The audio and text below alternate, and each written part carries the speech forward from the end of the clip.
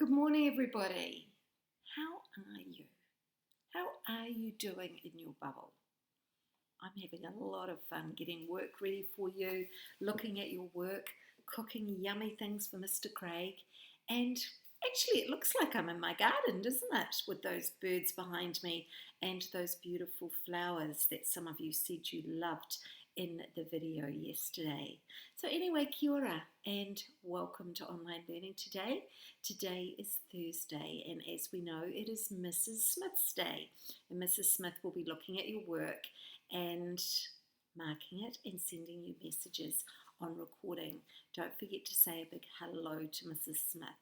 So as I was walking down my stairs today to come down and do your video, I noticed this on my wall, and this is a heart that used to belong to my mum. Remember, my mum died 6 weeks ago, and I got to keep this beautiful heart that she had in her house. And we can see on the heart there is a very interesting bird. Now that bird is called, do you know what it's called? It's a compound word. It's called a kingfisher bird, and you probably won't see them in your garden, but they are seen a lot in New Zealand. We can also see a pawa shell. Can you see the pawa shell behind the bird? We can see the edges of a beautiful orchid. That's an orchid flower, and on this side we can just see some pale pink petals of my hydrangea flower that I absolutely love. So I thought we would start off today by singing Aroha is something toru va. Aroha is something if you give it away, give it away, give it away. Aroha is something if you give it away, and it comes right back to you. And I hope that in your bubbles you are remembering to be kind and to be respectful and to be caring. And one of the things that I have really tried hard to do in my bubble is to be very grateful. To be grateful for all the good things that are happening to me at the moment. And some of those things are the sun shines and I get to go outside and enjoy the garden. I was grateful this morning because I knew I was going to be talking to you about worms, and I went out worm hunting, and guess what? I found a worm. I had to look hard, and I had to go where it was damp, dark, and under some rotten leaves actually, because if you didn't know, worms love to eat dead plants, decaying plants and vegetables. So I found a worm, but I left him in the garden because I know that worms do a lot of good in the garden. They wiggle and they make tunnels, and as they make tunnels, they make the soil turn over, and the roots of the trees can get easily into the soil. If the worms didn't go into the soil would be hard and the roots of the trees would be trying to break through. The worms turn the soil over and over, but more about that in a moment. Okay, so today let's have a look at our board, something exciting to talk about first, and that is that today is Thursday, the 23rd of September, and tomorrow I'm going to see you all at our Zoom party at 10 o'clock. Now this time it's everybody again, and I thought it'd be really nice if you could bring something you have made. It might be you made it years ago, or you made it when you were at kindy, or you made it at grandma's house a long time ago, or it might be something you've made in lockdown. Or it might be something that you love playing with in lockdown. So I wonder what you're going to choose to bring to our Zoom party. And you know what? I just love seeing all your smiling faces coming onto our Zoom party. So I'm looking forward to that. Okay, I promised you that we are going to talk about worms. So today I have a little worm poem, and it goes like this. You ready to look at the words with me? I'll put it nice and close so you can see. There's a worm at the bottom of the garden. See if you can read along with me. There's a worm at the bottom of the garden, and his name is Wiggly Woo. There's a worm at the bottom of the garden, and all that he can do is wiggle all night and wiggle all day. The people round here, they all do say, there's a worm at the bottom of my garden, and his name is Wiggly, Wig Wig Wiggly, Wig Wig Wiggly, Woo. So lots of wig, wig, wig. So I want you, I'm just going to go and get my clock over there, which I forgot to bring, to say wig, wig, wiggly as many times before I get back. Go.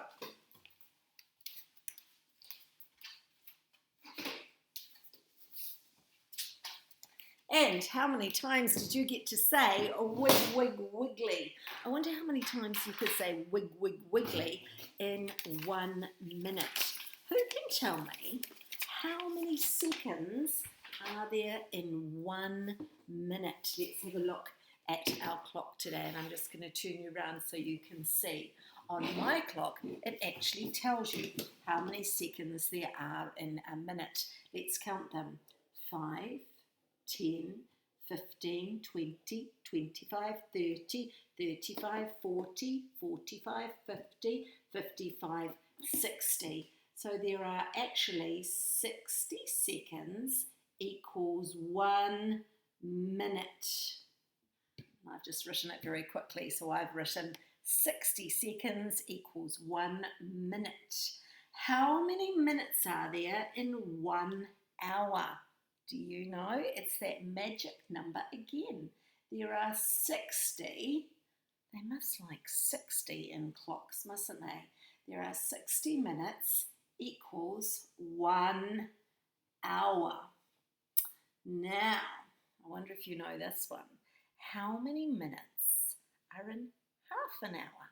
So if there are 60 minutes in 1 hour, how many minutes are in half an hour?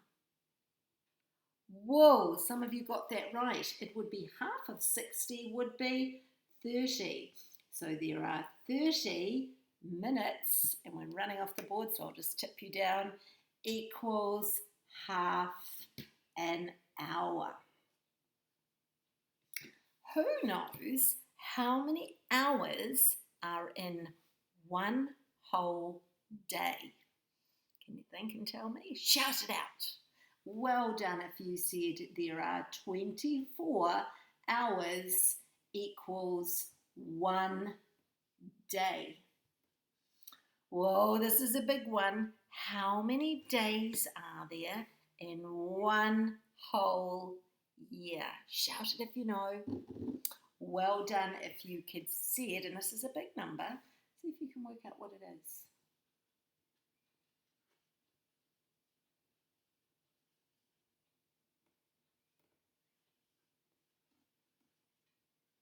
Who knows what that number says? That number is 365. So reading with me as I underline them.